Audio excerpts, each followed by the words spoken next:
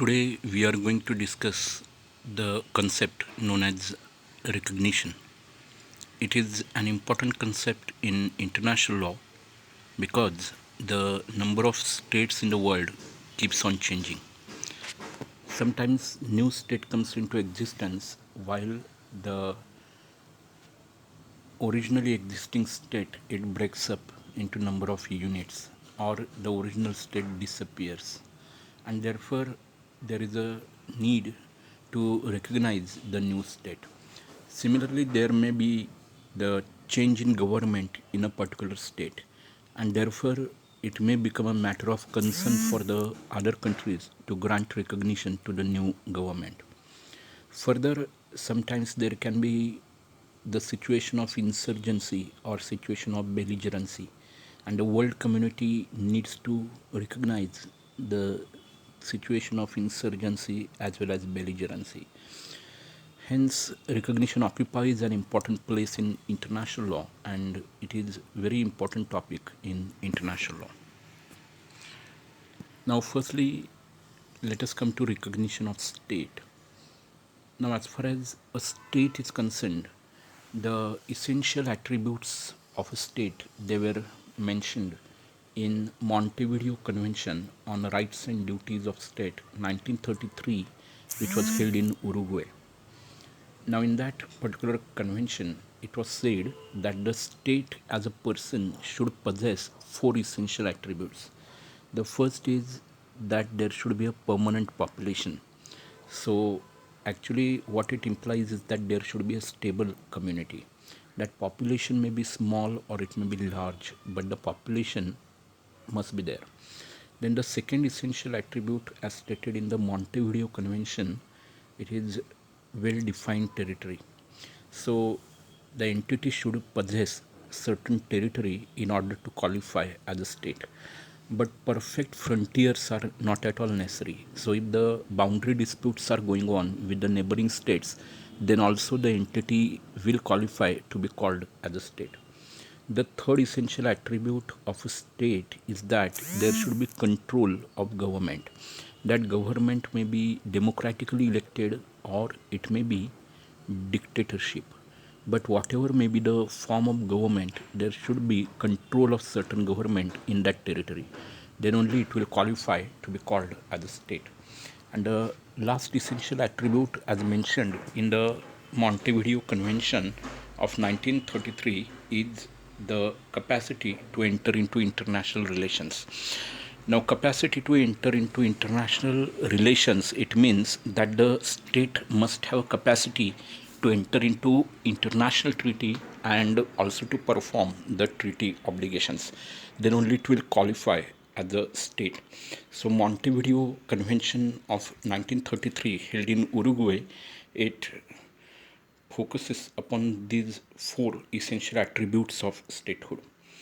Now, this definition of state or these essential attributes of statehood have been followed by Badinter Committee of European Union, and these essential attributes stated in the Montevideo Convention, they codify the declaratory theory of recognition. Article 3 of the Montevideo Convention declares that political existence of state is independent of recognition. So this is about the essential attributes of a state, and there are total four essential attributes as specified in the Montevideo Convention of 1933. Now then, let us come to meaning of recognition of state. What is meant by recognition of state? Now, as per the meaning, recognition is nothing but acknowledgement of the fact that a new state fulfilling the essential conditions of statehood has come into existence. So it is the acknowledgement of the fact that a new state which is having permanent population, well-defined territory, control of government, and capacity to enter into international relations, it has come into existence. In the process of recognition, the state which grants recognition is called a recognizing state, while the state to which the recognition is granted, it's called a recognized state. So always there are two states involved in the process of recognition of state. Now then let us turn to theories of recognition. There are two prominent theories advocated on the topic of recognition. The first is constitutive theory of recognition, and the second one is the declaratory theory of recognition. And these theories are opposed to each other. Now, firstly, let us come to constitutive theory. Now, this theory was developed in the 19th century and it was supported by jurists like Oppenheim, Holland, Angelotti, and Hersch-Lauterpacht. This theory provides that it is the act of recognition alone which constitutes a state. So, recognition is indispensable for coming into existence of a state. This theory assumes that an unrecognized state shall have no rights under international law. So, according to constitutive theory, it is the act of recognition alone which constitutes a state, and in absence of recognition, no state as such can come into existence. But this theory has come under severe criticism because all the states do not recognize new state simultaneously, and therefore for some states the new entity will be a state and for others it will not be a state on a particular date. Further, state gets rights even without formal recognition under international law, and therefore it is possible for a state to become a legal person even without recognition, and therefore it is wrong to suggest that it is the act of recognition alone which constitutes a state, and that's why this theory has been widely criticized. Now, the second important theory is known as the declaratory theory. Sometimes it is also known as an evidentiary theory or confirmatory theory. This theory is given by the scholars like Hall, Brearley, and Pitt Cobbett. Now, according to this theory, recognition only declares, evidences, or confirms the fact that a new entity which fulfills all the essential attributes of statehood has come into existence. And therefore, this theory has rightly downplayed the importance of recognition. According to this theory, state becomes a subject matter of international law the moment it meets the conditions of statehood, notwithstanding its recognition by the other states. Further, this theory is based upon more practical reality. It can be seen from Tinoco arbitration case of 1919, wherein it was observed that as the new administration in Costa Rica is in effective control, recognition becomes insignificant. Now then let us come to the classification of recognition or kinds of recognition. The first kind or type of recognition is known as de facto recognition, then de jure recognition, express recognition, implied recognition, collective recognition, conditional recognition, and premature recognition. So, number of kinds of recognition are there. Now, firstly, let us come to de facto and de jure recognition.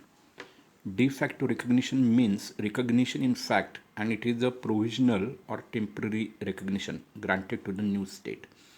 As there are doubts about the stability of the new government, initially only de facto recognition is granted and then it is converted into de jure recognition.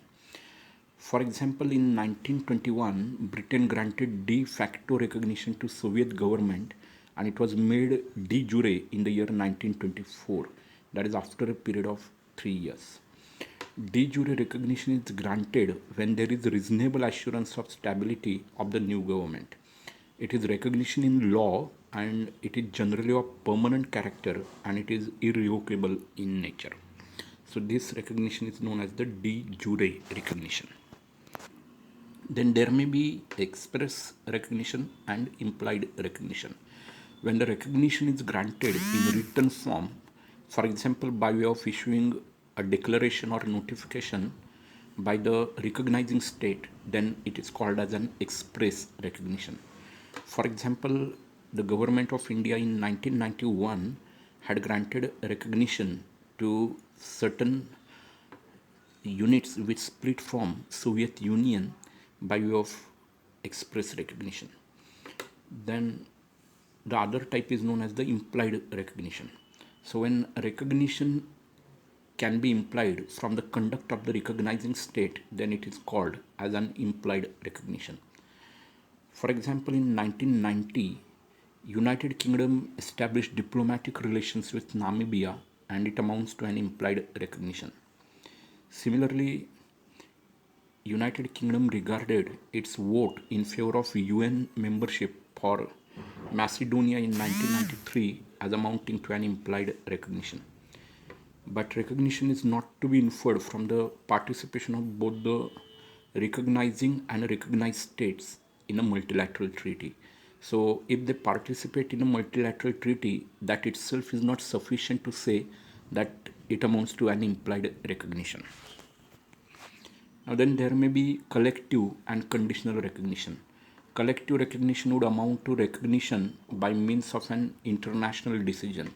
So, when the international organizations such as European Union or SAARC organization, they grant recognition to the new state in a collective manner, then it will be called as a collective recognition. Conditional recognition is subject to fulfillment of certain conditions.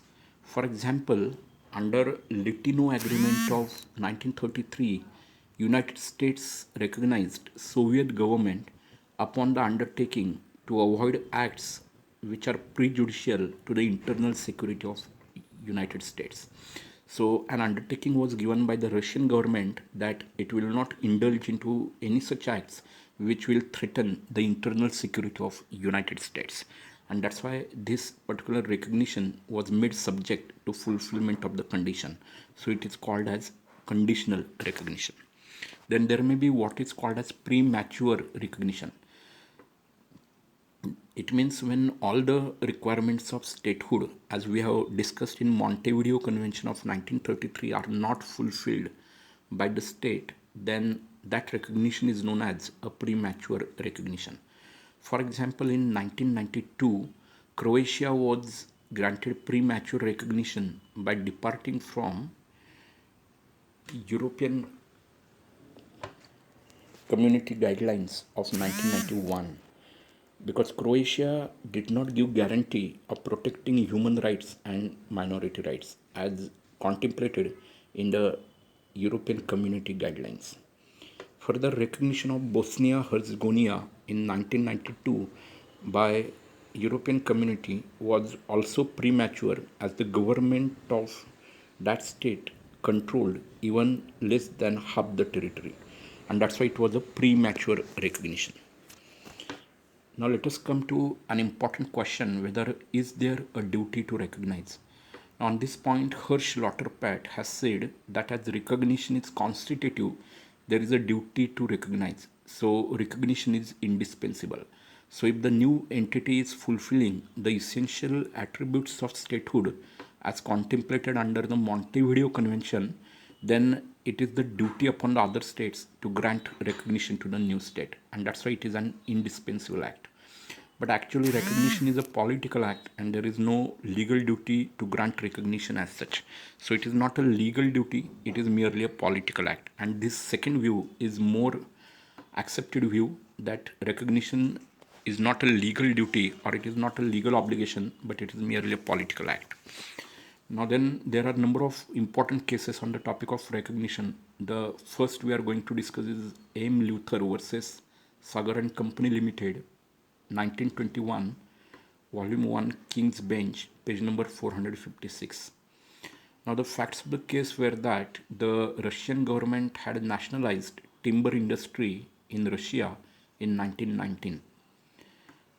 Now under one decree, plaintiff's sawmill was also nationalized. In 1920, the defendant,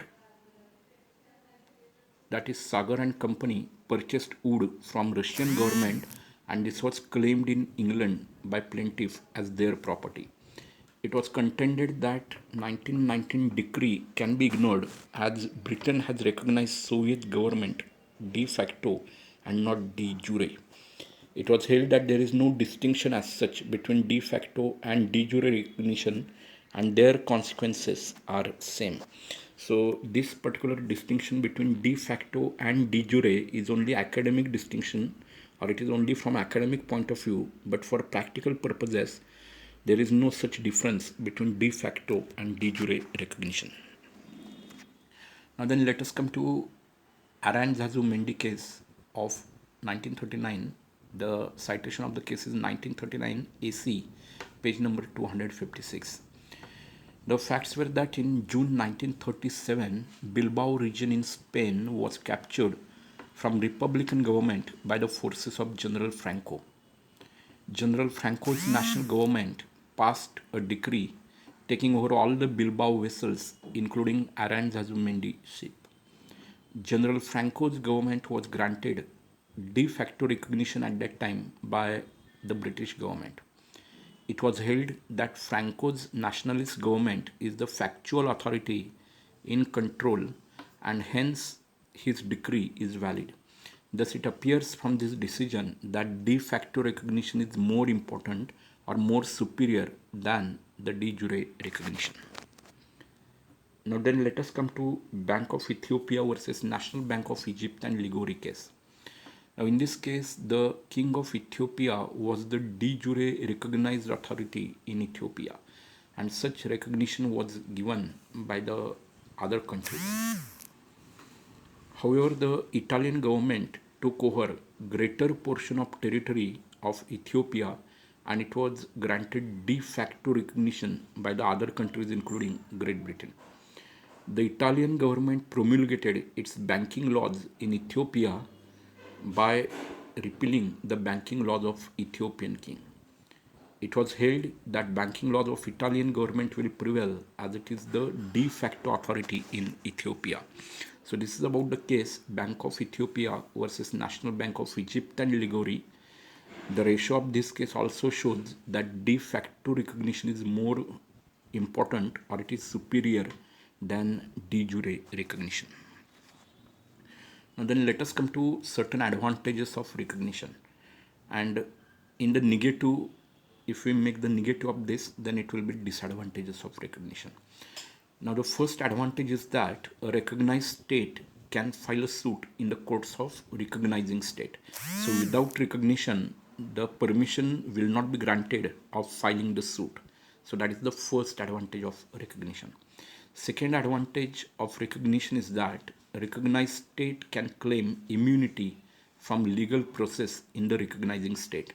So in absence of grant of recognition, such immunity will not be available. The third advantage of recognition is that it can demand and receive possession of its public property in the recognizing state. So the state which is the recognized state, it can always make a demand and it can always receive the possession of its public property which is situated in the recognizing state.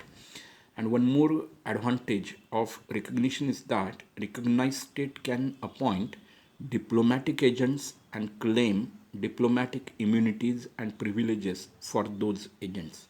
So if the state has got recognition, then it can appoint diplomatic agents and it can claim diplomatic immunities, which are the customary international law, and that's why such immunities and privileges will be made available to those diplomats. So all these are known as the advantages of recognition, and if the recognition is not there, then these advantages will also be not there. Now then there are three important doctrines on the topic of recognition, namely Estrada doctrine, Tauber doctrine and Stimson doctrine. So let us come to these doctrines one by one. The first out of that is Estrada doctrine. It was given by the Foreign Minister of Mexico, Mr. Estrada, in the year 1930. Now, according to Estrada doctrine, it is the duty of the state to continue diplomatic relations with other states without regard to revolutionary changes. So even if the revolutionary changes have taken place, then the diplomatic relations should not be terminated, but the diplomatic relations should be continued despite the revolutionary changes in a particular state. According to Estrada, issuing declarations to grant recognition is an insulting practice as it offends the sovereignty of other nations. This doctrine has been followed by USA and UK since 1980. Now then there is one more doctrine on the topic of recognition. It is known as Tober doctrine. And this doctrine is opposed to Estrada doctrine. It is given by Mr. Tober of Ecuador. Now, according to Tober doctrine, recognition should not be given to any government which has come in power by revolutionary means. So if certain government has come in power not in a democratic manner but by way of a revolutionary means, then there is a duty upon the other states to not to give recognition to such government.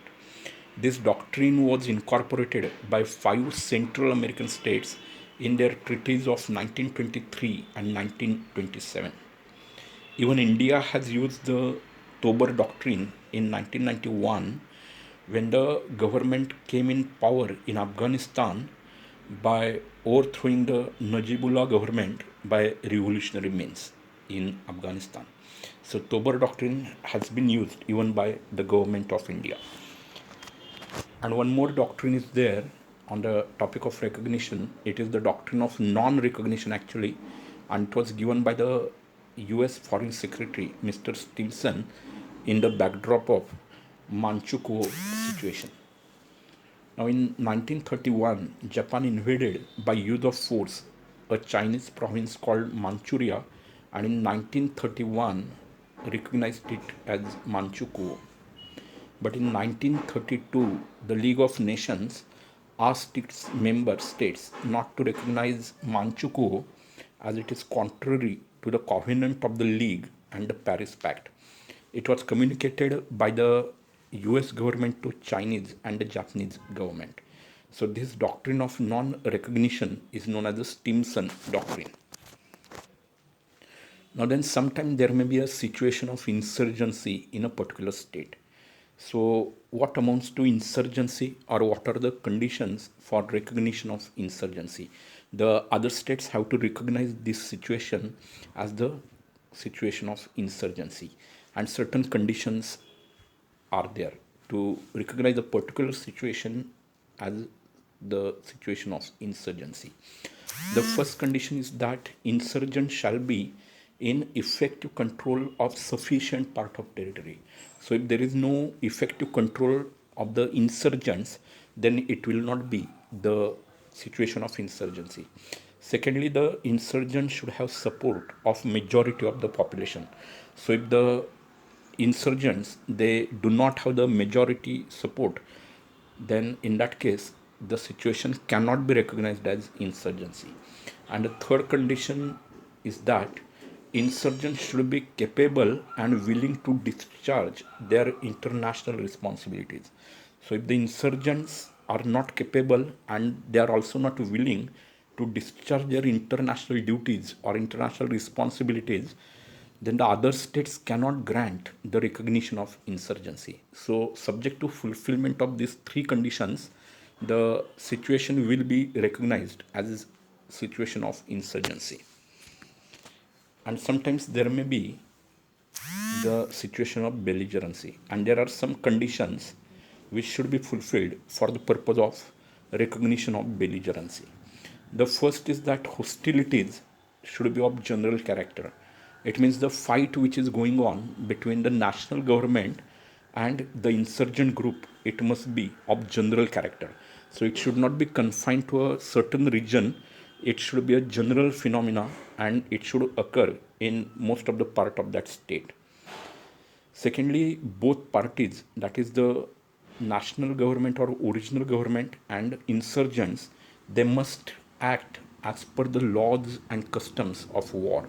So if they are acting in accordance with the customs and laws relating to war, then the other states can grant the recognition of belligerency. Then one more condition to be fulfilled is that insurgents should be in control or a substantial portion of the territory of that state.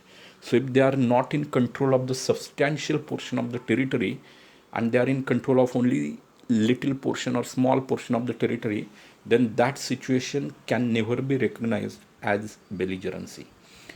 And one more condition is there, that is insurgents must be under an organized command. So if the insurgents are inorganized group or unorganized group and they are not acting under the command of a certain commander, then that situation will never be recognized as belligerency. So belligerency is very close to the war, and it is a warlike situation, but that needs to be recognized by the rest of the countries.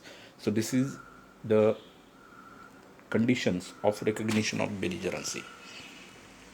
Now, the references, they include the book by Malcolm N. Shaw, Anthony Ost, James Crawford's book titled Brownlee's Principles of Public International Law, the book on international law and human rights by K.C. Joshi, and a book on international law by Gurdeep Singh. So with that, we come to the end of this particular lecture.